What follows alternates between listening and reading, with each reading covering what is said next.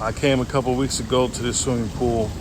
We're going to be doing pool light and spa light replacement. Spa light is right above on top of that bench, and that's where the outlet is over there. No more than 5 feet worth of a run, and we ran into a huge snag when we went to pull it through. Let me show you what I found. Let me tell you, I thought this repair was gonna be dead in the water, because the customer told me that. Let me tell you what I told the customer. A lot of times when the cable doesn't pull through the line and it gets stuck, a lot of times the conduit from underneath the ground is broken somewhere, and the line got bound up and twisted up inside of it, and you gotta go and search for that. In this case, thank goodness it wasn't the case, because let me show you.